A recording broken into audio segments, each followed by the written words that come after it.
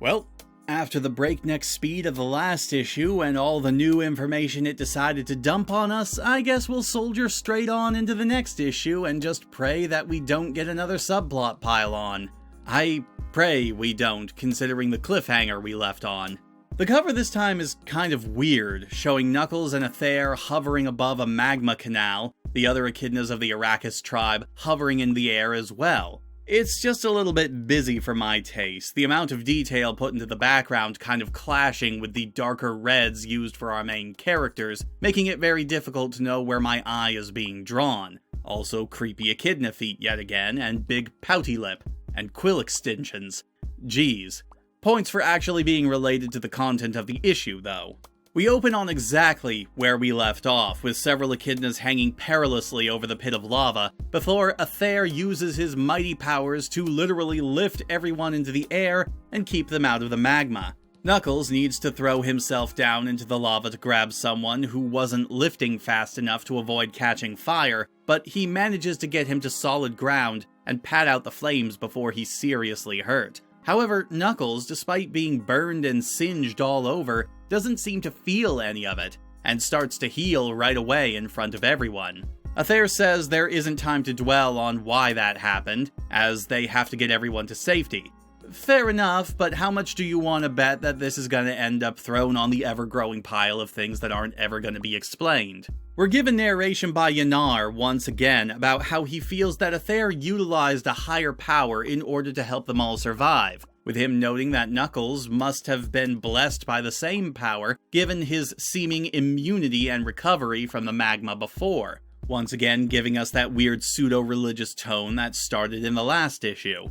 And I guess we're just going to forget about the whole Day of Fury thing, as it seems to be over now. We cut back to the floating island where Remington is informing the very drenched Chaotix that Knuckles has apparently left on a very important mission, but that he can't tell them where or when or why or how, of course.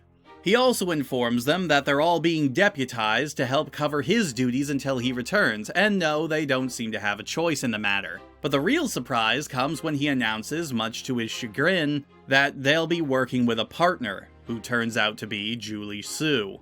But we're done with that part of the story, so let's cut back to Knuckles and Athair. The caravan has set up tents for the night, apparently no worse for wear after almost being dropped into a giant crevasse full of magma, though Athair says that the Day of Fury hasn't really started yet, in its full fury, haha, that this was merely a taste of what is yet to come. Knuckles sits down next to Yanar and Athair, and he's once again hostile to him now that they've gotten a moment's peace.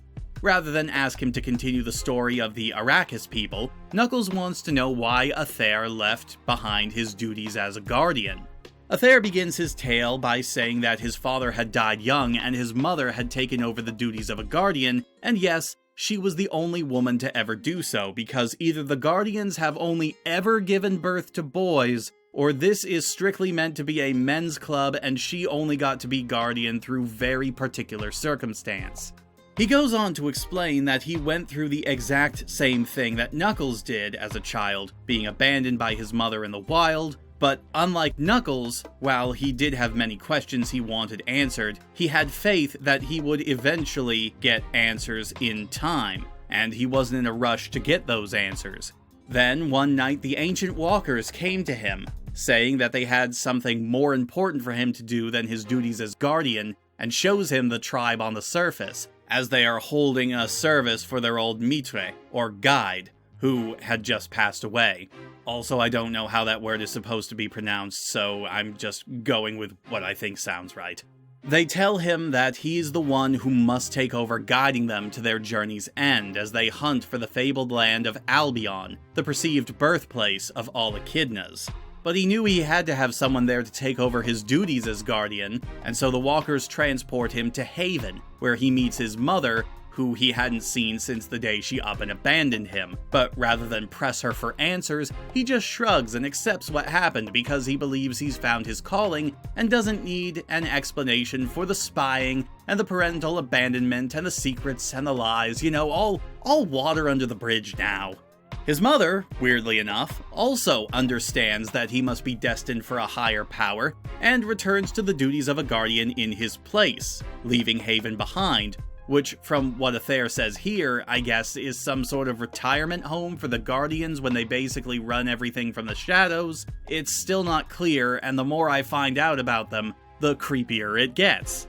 Anyway, Athair goes on to say that eventually he ends up marrying due to the soul touch, and has a child named Saber, Locke's father, Knuckles' grandfather. See, Athair's mother, since she didn't have the oh-so-necessary guardian blood, or a penis, wouldn't live nearly as long as a typical guardian, but Athair refused to return home because he saw his place as being among the tribe on Earth. Saber, on the other hand, resents the fact that his father won't go back, and instead goes back with the Walkers to take up the mantle of Guardian in his father's stead. Years later, Dr. Robotnik's tyranny began, and much of the tribe was captured, including his mate. And since then, Athair has basically acted as both a guide for the tribe and an agent for the Walkers, assisting for the greater good.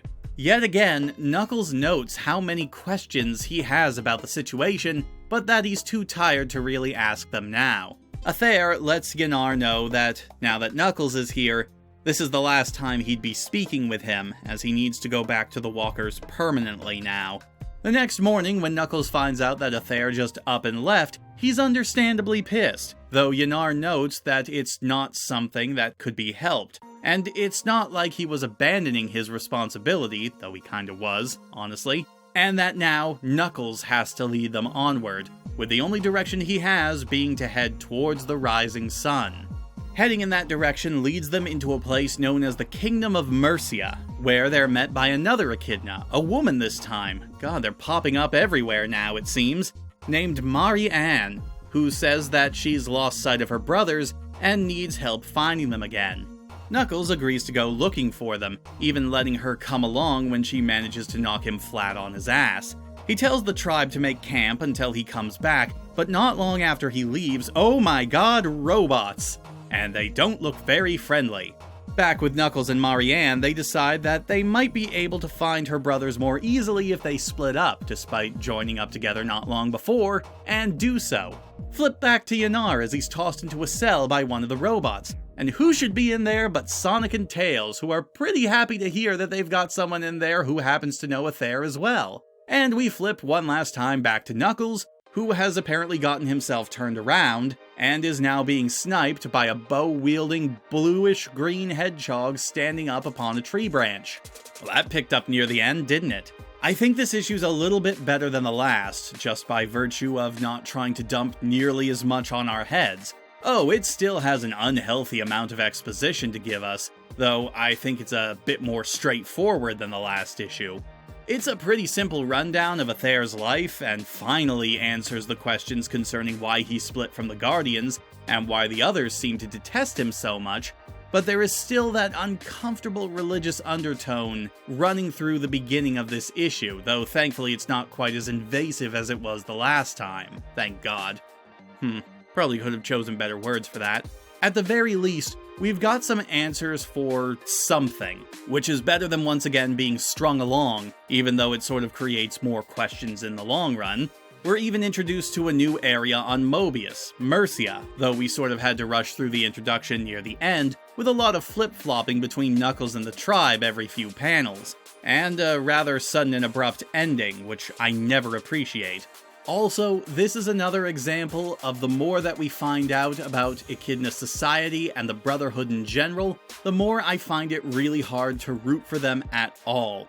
I mean, they were already towing the line before, but when you actually stop and think about this, it starts to get more and more ridiculous. The fact that they've been doing what they did to Knuckles traditionally for eons, the splitting of their race, the introduction of a religion into everything, which we can't really tell if the Brotherhood is for or against. It's getting messier and messier as things go on. I'm rather glad to see that we're going to transition into more of an adventure story next time, because trying to keep up with Penders's writing at this point is actively giving me a headache.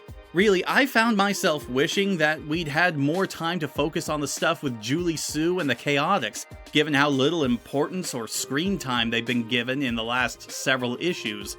And I find the idea of Julie having to earn their trust back again to be infinitely more interesting of a story beat than anything that was going on with Knuckles at the moment. Art-wise, it's more solid than the last issue. The designs and proportions look more consistent at least, but we still have the issue of some wonky and frankly silly looking expressions cropping up.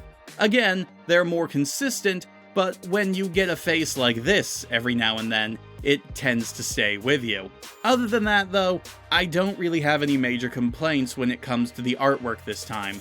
So I guess now we're going to be going back to the Sonic book again to yet again keep the story going as we shift back to Sonic the Hedgehog issue 58. I'll see you next time, everyone.